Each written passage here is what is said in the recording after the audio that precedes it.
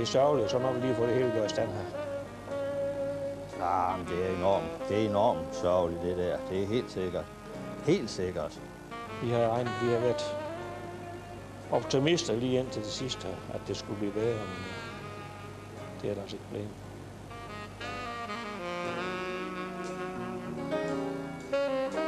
Et kapitel i Aarhus historie sluttede i dag, da auktionsmester Kjeld Rasmussen ringede ind til den uigenkaldte sidste fiskeauktion. Godmorgen. Vi starter med pikvaren. 53 og 53, 54, 55. Auktionen har faktisk været heroppe i 62 år, eller 61 år og 11 måneder. Den startede her 1. oktober 1940.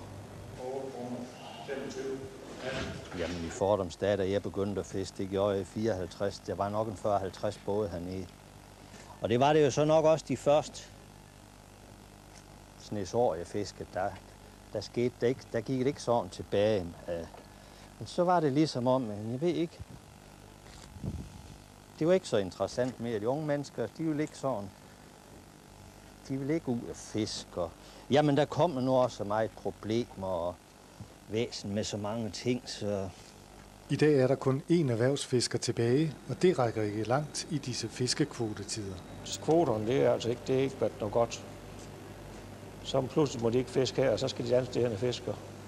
Vi har det sådan et sted som her, så skal de for langt væk, og så kommer fisken ikke hjem. Så kan vi ikke overleve. Men det er ikke det, der har været et problem de sidste par år. Der har det simpelthen torskefiskeri. Der har ingen været. Det har jo altid været det, vi skulle leve af om vinteren jo. Dagens fangst i auktionshallen fyldte heller ikke meget, selvom der er købere nok. Ja, der var 10 kasser jo. Men det er jo heller ikke mange til sådan en stor by som Aarhus jo. Tror du ikke, der kommer en fiskeriauktion igen? Nej, det tror jeg ikke på. Nej, det kan ikke lade sig gøre.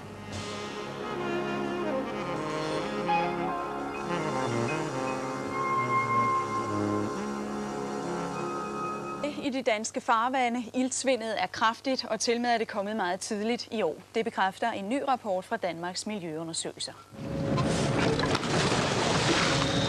Bunddyrene snapper efter vejret i farvandet nord for Fyn. Her er en molboøsters, der lige er død. I kan stadigvæk se bindehinderne ved skallelukningen. Ja. Danmark er ramt af det værste iltsvind i 25 år. Vi havde et meget, meget vådt forår, som gav anledning til udstrømning af store mængder kvælstof, og dermed algeopblomstringer, og så har vi iltsvind nu. Værst er det i de indre farvande. Steder med de røde afmærkninger lider af kraftigt iltsvind med fiskedød til følge. Ved de gule mærker er der også iltsvind, godt på vej til at blive værre. Kraftig blæst fra nordvest kan forbedre iltforholdene, men indtil videre breder iltsvindet sig time for time. De næste døgn.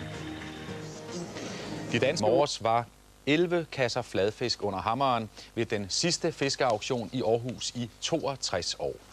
Det blev farvel til et stykke hverdag og også en lidt sentimental stund for vores rapporter. Her spules de sidste rester af et stykke Aarhus-historie i bogstaveligste forstand væk og forsvinder i kloakken. Den sidste fiskeauktion i Danmarks næststørste by er netop overstået, men lad os skrue tiden nogle få minutter tilbage. Vi starter med pikvaren. 60 kroner. Det er lige før, der er flere journalister end fisk her. De filmer og knipser og går i vejen og stiller dumme spørgsmål, mens de uden held forsøger at undgå hinanden. Jeg tog herned på havnen, fordi jeg skulle have en solohistorie om, at det lukker. Se, havde det nu været en sæbe- eller marmeladefabrik, der lukkede, havde der næppe været sådan en trængsel. Men der er jo noget næsten bibelsk over fisk, og det tiltrækker den lokale verdenspresse.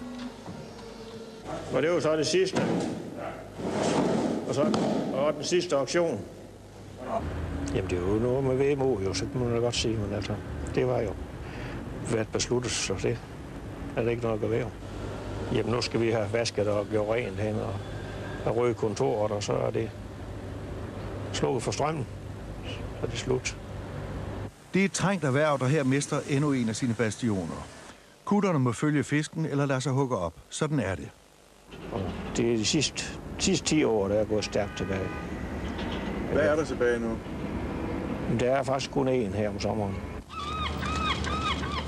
Udviklingen her har ikke noget med det aktuelle iltsvind at gøre, men har været ventet længe. Og i mellemtiden er Aarhus Fiskerihavn blevet trængt op i en krog, overhalet af containerterminaler og globalisering. Og fisken er længe blevet leveret til byen fra andre steder. Og tilbage bliver en lille håndfuld hobby- og bierhvervsfiskere. Der vil jo ikke gå ret mange år, så vil det jo ikke en fiskerihavn simpelthen. Det bliver nok sådan noget med promenade, og så er der noget i stedet for små fiskehus, hvor man køber fisken fra de store skibe på Vestkysten, det kunne jeg forestille mig. Fiskeriauktionen på havnen lukker. Der er ikke længere fisk nok at sælge.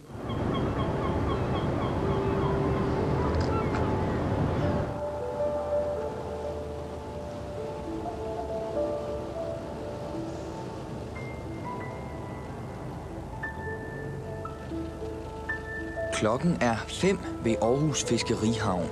Det lysner, men stemningen er trykket. Så er det den sidste gang, var Jørgen? Ja, desværre.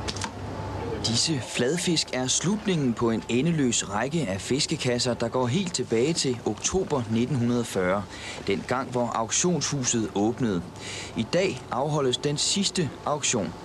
Det er da kedeligt. Altså, det er da sådan ligesom, hvad skal man sige, det er jo havnen, ikke? Altså, det er udvikling. Det kan vi ikke, der er jo ikke fisk, der er ikke sådan, at det kan gå rundt.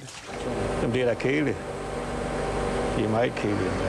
Kjeld Rasmussen bliver havnens sidste auktionsmester. Sidste halvår, der er det ikke været noget.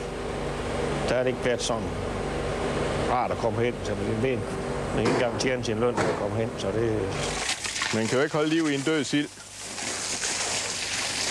Men det er da sørgeligt, helt sikkert. Det er specielt sørgeligt for havnens fiskebutikker, der for fremtiden må nøjes med fisk fra andre auktioner, hvor den nærmeste ligger i Grenå. Så det er sgu træls. Men sådan det. Om få sekunder lyder klokken, der betyder auktionsstart for sidste gang.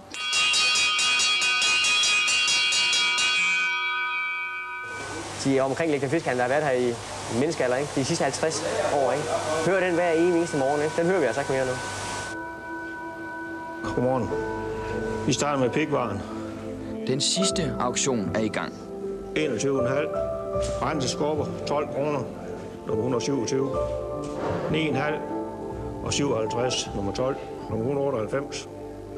Og de levende skorper og pikvaren med gråt hunger i, 60 kroner og 62, nummer 12. Vi har jo alle sammen vidst, at det må mod enden, ikke også?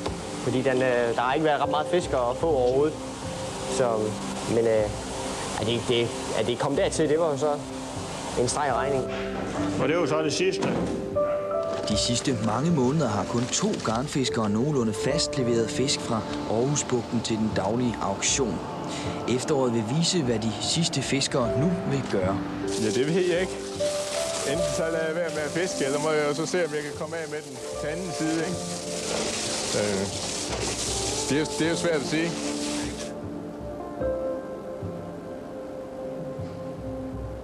Efter